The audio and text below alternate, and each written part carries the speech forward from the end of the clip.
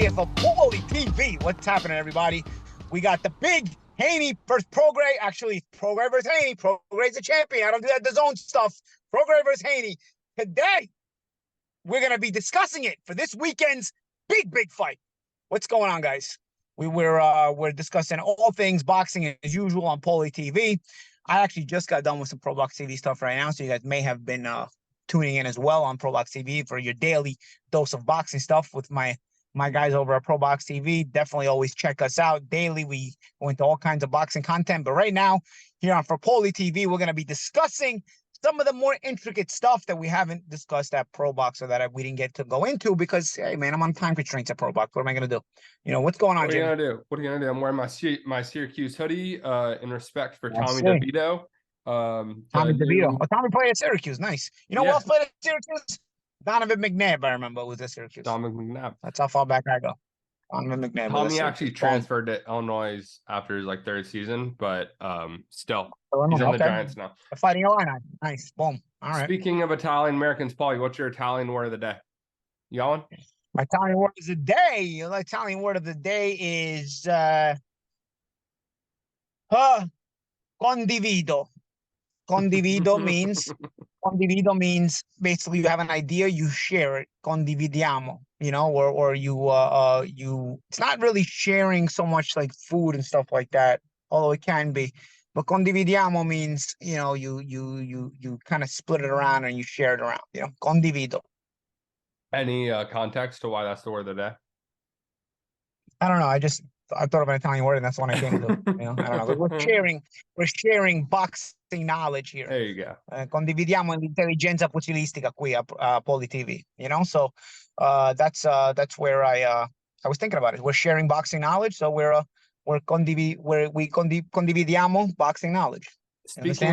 Speaking of sharing, I think there's going to be a lot of sharing of streaming links for this fight because it is $74.99 as pay-per-view. What do you think about that? Well, you know what? I think Haney's developing into a good fighter. Listen, I mean, he's never was a bad fighter, but I definitely don't understand the whole trying to fit a square peg into a round hole, so to speak, that boxing tends to do. I think they're over trying here, trying to make him a pay-per-view star before he's actually that popular. You said he's not as hot as Ryan Garcia.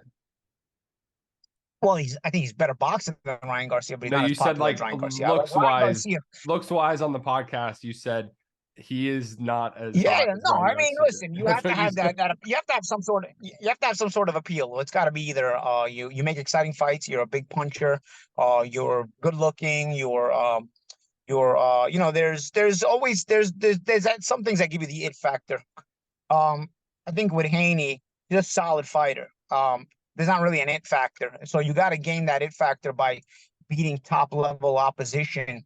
And I don't know that he has done a lot of that yet. He got the biggest win is obviously Lomachenko, and that was very controversial. Aside from that, Kambosos is only a big win because he had one night against Teofimo Lopez. Otherwise Kambosos really isn't like that level of where it's such a big win, right? So it's just the importance of it because he had the title. But I mean, so you need to do something in order to build up into a pay-per-view star. I mean, Floyd Mayweather was fighting all kinds of guys off of pay-per-view before he became a pay-per-view star, right? I mean, he was fighting, you know, Diego Corrales.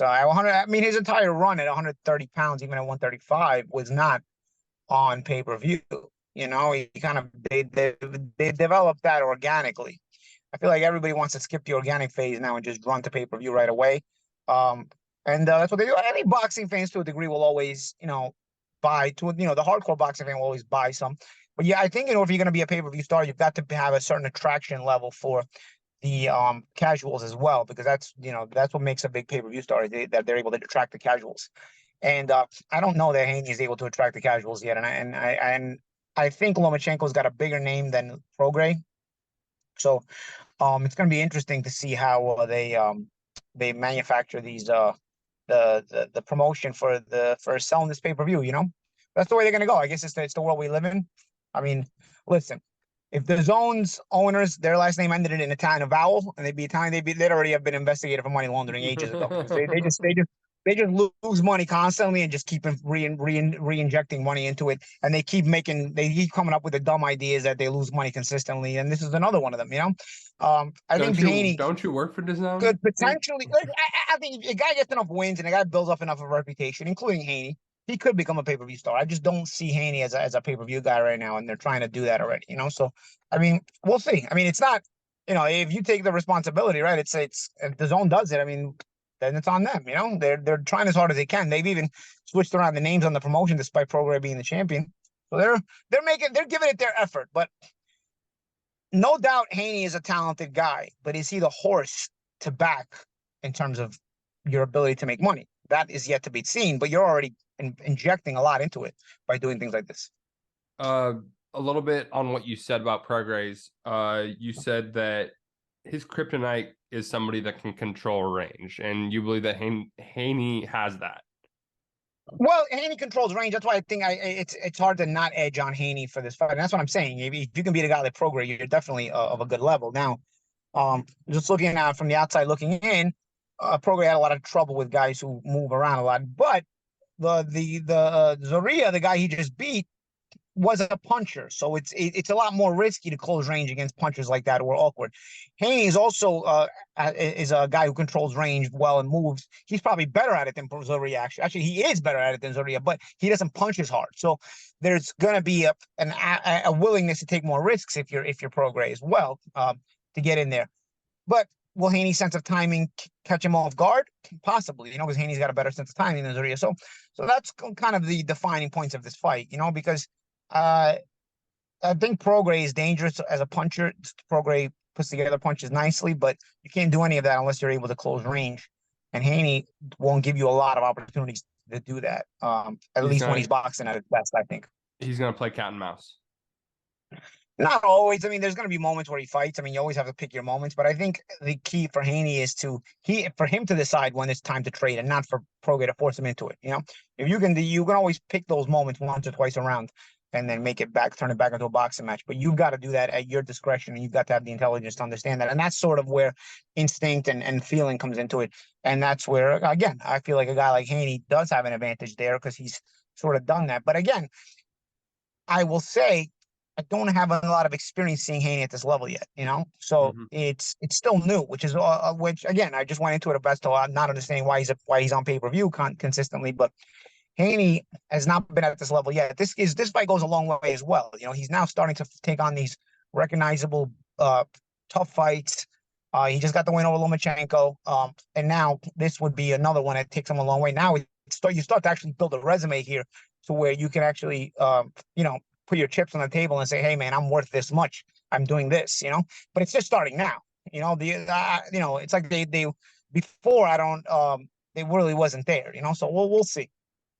Well, the win here and the way he wins it, not just the win here, the way he wins it, because he cannot have another controversial-esque Lomachenko type win either. Because remember, he's in San Francisco, so will that mean that it's more difficult for Prograis to get a decision? We'll see.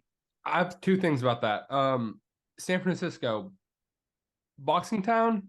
This is the first fight I've seen hosted there. I remember Mayweather fought there many years ago. Not necessarily a boxing town, but certainly. It's Haney's hometown, so it's good. I mean, listen, then again, when it comes to politics, it doesn't matter. I mean, I got robbed against Adrian Broner in New York, so it really doesn't matter. All that is all BS. It really comes down to who's got the better backing. And honestly, it's clear Haney has the better backing, plus is in his hometown. So, again, I just don't know many fighters from the Bay. Like, he's the only one that comes to mind for me. I'll know. Yeah, there has been, but offhand, I don't know. Yeah, I can name so many from LA, but just not from NorCal. Yeah. That'll be for our fans at home. Give us some San Francisco-born fighters that besides Haney, obviously. I think Haney's from there, but that have historically been from San Francisco as fighters. And one other thing, Prograis is 34. Chris Algieri mentioned that as on the podcast about how that's going to affect him just because Haney needs the younger guy. But being at 34, back into your career, maybe for Prograis, does that make you hungrier? That if I don't win this fight, I might be done. Yeah, it depends on how much you really want to continue, right? I mean, at 34, you're kind of wondering if how much longer you have left. From having talked to Prograis, I feel like he's saying the right things. He still lives passionately about boxing. That's something I didn't have at 34 years old anymore. He still wants to watch the fights on his own, by his own decisions. He wants to watch old footage and stuff like that. I was kind of dumb by 34 doing that kind of stuff. Yeah. So, it does help his cause as far as being hungry and wanting to be in this kind of fight. And I think that I don't think this is an easy fight for Haney. So if Haney's able to win it where there's no controversy, it really, really is a good feather in his hat. Okay, well, this will gain your respect for Haney. And I know you have respect, but let's take it back. You gain respect in general by getting the key wins. I actually think he does win this fight. I think that stylistically, it's a good fight for him. And it's really you really can't not fight at this level anymore. You have to continue to fight at this level. So, now you've been the undisputed lightweight champion. So I think it's a solid fight for him, and a fight that could give him a lot of credentials. Because, like I said, he just still doesn't really have the resume built up yet. So, now you'd be going back to back with Lomachenko and Prograis. And if you're able to beat Prograis with no controversy, people will actually forget the controversy of the Lomachenko fight, because that's what ends up happening. Even if there is some controversial stuff, you make people forget about it quickly if you're able to keep performing well. So a good performance against Prograis, a good win against Prograis, really puts everything on that, puts the onus on the positivity of and the momentum of Prograis' career. I mean, of Haney's career. But Prograis is going to want to, get his own get back. Prograis is a guy that I think has also been a little bit underappreciated in his career, despite, the things he's achieved. So this is his moment to really get a big win for him. So let's look back of October 2022. Do you have any memory of what was going on then? What was going on? Remind me. My memory's a little shot. On October 19th of 2022, Devin Haney tweeted, "I'm everything Paulie wish he was. He been hating on me since the beginning. I'm not ducking or dodging nobody. I've been wanting to fight Loma since I was his mandatory. Now Paulina got my dick out out of your of course. mouth." I mean, listen, Haney's young. He's frustrated with that. I mean, it's all good. I mean, listen, you get your credit as you move your way up the ladder, and you get your criticism if you don't, So Haney has had some success in the past year. I don't think he won the Lomachenko fight, but the fact that he showed some versatility in the fight, he even came forward and did some things that showed me a couple of extra wrinkles in his style in that fight. He's at least able to kind of change it up a little bit, things that you need against a higher level and elite level of opposition. It leaves me curious to see him again. It leaves me curious to see where he can fight the fights. As far as inside, outside, close range, long range, and all that other stuff, and his ability to decide at certain moments. I don't expect him to be as aggressive against Prograis as he was against Lomachenko. Lomachenko's still a featherweight fighting at lightweight. Prograis is a natural 140-pounder. But nonetheless, I wouldn't expect that, and I wouldn't criticize him for that. You always look for the formula to get your best chance to get to a victory. And I guess against physically small Lomachenko, I can understand how he was able to decide that he wanted to go forward and be aggressive in those spots. But I didn't know he had that in his style. So that's actually something that I saw that he's able to do. So in spots, it's good to see that in a fighter, that he's able to kind of go in both directions. Because I think a guy, when you're not a big puncher like Haney's not, you need to have as much deception to your style as possible, enough versatility to your style as possible. And Haney showed some of that in the past year. So that was the first tweet. In November, he tweeted, quote, "I'll beat TF out of Paulie in the ring, out the ring. I'd meet Paulie at 147. We could fight. Bitch ass, expletive, been hating on me since day one." Then you replied, you wanted to do bare knuckle at 154. Is that offer still on the table? Yeah. No, I mean, listen, he's got his own career. I also knew that, I'm also responding in kind, and in the moment I probably would have done it. Yeah, but I remember that. Because bare knuckles 5 rounds, so it's I don't have to do 12 rounds, It's once in 12 rounds, 5 rounds is short and sweet, We did like 3 videos on this. This all brought me back to that. Yeah, at that time. But yeah, I'm good, man. I'm good with that. I prefer this side of the table and talking about the fights, and You know, I had a 16-year pro career, man. So it's like I'm good now to just talk about it. It's more fun in this regard at this point in my life. You know, earlier in your life is more fun to be part of the fights, but I think at a certain point in your life it's more fun to be on this side of the mic, and it's cool to just be able to break this stuff down. And yeah, and when you're opinionated, of course, people some people take to it and some people don't. So Happy I think late they're birthday, by the like way. I said. I I mean, think I'm picking Haney to win. I'm picking Haney to win the fight because I rate and that is a something that means I'm rating him because I rate Prograis. I rate Prograis, but I still have some question marks. I'm expecting Haney to do things that I mean, I'm counting on Haney to do certain things in order for my prediction to be right. But if he's not, then if he's not able to win this fight, then of course it brings back all of the criticism I gave in the past because now you're starting to step up and you're not able to win at this level. You're kind of showing your ceiling here. So it's very, very important here that Haney gets a good win, and I think he can. I think he will. But it's not easy because, like I said, Prograis is a guy that I rate. um final predictions, thoughts, what can go wrong, what can go right for each fighter. And I think Prograis, catching Haney has shown a little bit of a chin deficiency, but that's another thing that may be better for Haney is that 140 pounds, he's not struggling to make weight as much. There's a chance that his chin gets better. I remember Miguel Cotto's chin at 140 wasn't as good as it was at 147.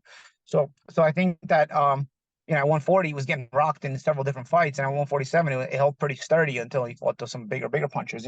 But I think I think at 140 that's a chance for Haney's chin to also be better. In case he does take some clean shots.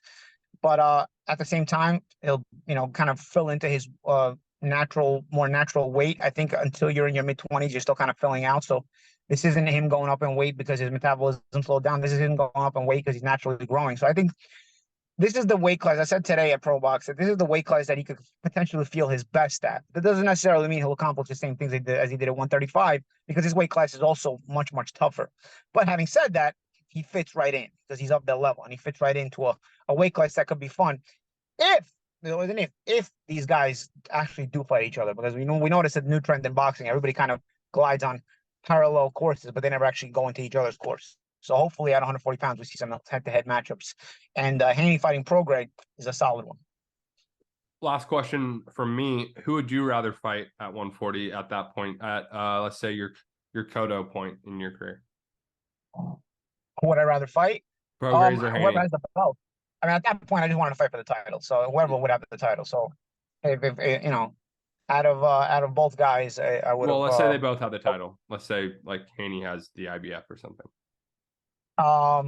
Haney. Haney? Not as big of a puncher. Yeah, punchers are always more dangerous for me. You know what I'm saying? Like I think that I think I would, and that's not a knock on Haney because I think Haney actually has the style to beat Prograis. But a puncher is always dangerous, and so and especially a puncher like Prograis that isn't just a puncher. He kind of knows how to set his offense up and puts together punches well. Has a solid training team with him, smart training team with him. He himself is very smart as a fighter. He has that kryptonite with the closing the gap, so obviously that would be an advantage even for my style. But again, yeah, that punching power is still something you would risk a lot. It's funny because when I won the title at 140 pounds, I was also I came around at a time at 140 pounds where it was a lot of talent at 140 pounds as well. Cotto, Lomar Endo had given Cotto hell. The guy who took the IBF title from. That was a hellacious fight. If anybody's seen Cotto versus Endo, Endo had won the IBF title, but he'd also been robbed against Sean B. Mitchell. By all intents and purposes, he'd also beaten Sean B. Mitchell and not gotten the decision. Again, that's another fight that you probably watch on YouTube. So then there was Tim Bradley, there was Kendall Holt, there was Ricardo Torres, there was Mike Arnautis, who at the time was a good prospect. There was some good fighters at 140 pounds at the time when I was there. Arturo Gatti came up to 140. It was a solid weight class at 140 pounds. So it wasn't like I won the title at an era where it was soft, but I think this is a good era as well for 140 pounds. 140 has tended to give us some good generations, even the generation that just passed us by with what we had the Super Series with Prograis and Josh Taylor and Baranchuk and one JC Ramirez, who was not in the tournament, but he ended up fighting Josh Taylor later. That was a solid era for 140 pounds as well. Even when I turned pro, I remember there was There was Cassius Zoo, Zab Judah, DeMarcus Corley, Mitchell was there. It was 140 pounds typically giving us good fights, and I think in any era you come around at 140 pounds, you may find yourself in a difficult weight class, and I think this is a difficult weight class. But if they fight each other, it's gonna make it fun, and I think that's what happened in other eras and other generations. A lot of the guys fought each other, and that's why we had fun generations where we were able to make money and also enjoy our careers. Before we get to what's going on tonight and our wrap up, quick tweets replying to you about the fights. Dr. Boxing says your take on Pro Box TV with Teddy and Chris was great. I agree with you, but can you at least say if Devin KOs Regis or dominates him, he's actually the star that they're rushing to push? Would that change your opinion? You kind of just broke that down. Of course, yeah, of course, yeah. I mean, that would be a huge statement if he dominates Prograis or knocks him out. That would be a huge statement, honestly. And I say that despite Prograis' last performance, because I think Prograis' last performance has to do with the fact that Zorrilla is also a puncher, not just a mover. And Haney is not a puncher, so I think Prograis will be willing to take more risks here. That would be a big statement. That would be a big feather in his head. That would certainly be the biggest win of Prograis' career if he's able to dominate or KO. Of Haney's career, if he's able to dominate or to KO Prograis, that would be a massive statement. Christopher Blackett says Prograis for me, he'll look silly for about 2 rounds, but when his power connects, he'll cause Haney to rethink his attack. Prograis will hurt him after 6. That is Christopher Blackett. I think that Haney's attack is going to be calculated to the fact that Prograis is a puncher anyway. I don't think that he needs to get hit in order to adjust his attack. I think Haney's coming into the fight, personally, my opinion, with an adjusted attack, based on the fact that Prograis is a bit of a puncher. So I don't think he's going to need to get hit to feel that out or to figure that out. And I also think, like I said a few minutes ago, I think there's a chance Haney's chin is better at 140 pounds, personally. Because, like I said, it's something we saw with Cotto when he went to 147 as well. And I can remember guys like DeMarcus Corley had Cotto reeling at 140. Ricardo Torres had him down twice. When he was getting hit with, I remember the Corley shot that hurt him and I'm wobbling all over the place. It was a grazing shot, So it was, we moved to 147 and he kind of was able to not struggle as much to make weight and his chin got better. And he moved up at an age where basically Haney is now, where you're still filling out and you're not actually losing metabolism points here, where you're not as strong. So I think Cotto's best weight was 147. I think Haney's best weight will be 140. But again, I don't necessarily think he accomplished what he did at 135 because 140 is a bit more difficult weight class. But I think we'll be seeing him at his best here at 140. And I do think that the Prograis fight is tough. I do think that the Prograis may land some good shots, but it's just my opinion. I'm also hedging on the fact that Haney's chin may be a little better at 140. My opinion. And from Chris Glover at Pro Box TV, whose dog is this? Oh, that's my boy. It's my boy Daniel's dog. He works here at Pro Box TV. Yeah, that's funny. Yeah. What's going on tonight? What's going on tonight? Where? Pro Box. Is it Wednesday Night Fights? No, that's next week. Next week is Wednesday Night Fights. Every 2 weeks. Next week. Every 2 weeks. We have Jukumbayev against Mamoun next week. And Mamoun has been on our air a few times. Roy Jones trains him. Difficult guy. He's ex-European champion and IBO champion. And Jukumbayev has been on our air before as well. Solid lightweight fight. I think it's a lightweight. No. It's a super light. No, it's super lightweight. I'd say it might be a welterweight fight. But these two guys, I've seen them fight. Good head-to-head matchup. Solid skill set and 2 exciting styles. And we typically, that's what we give you at Pro Box. If you really look at Pro Box, if you've been following our series, we typically give you these head-to-head matchups against guys that are just on the outside looking to get in. Either they're on their way up or they're on their way back down trying to get back in. And it is a high level of skill. But we make them fight each other because that's the only way you get to that next level, which is the world-class level, the championship level.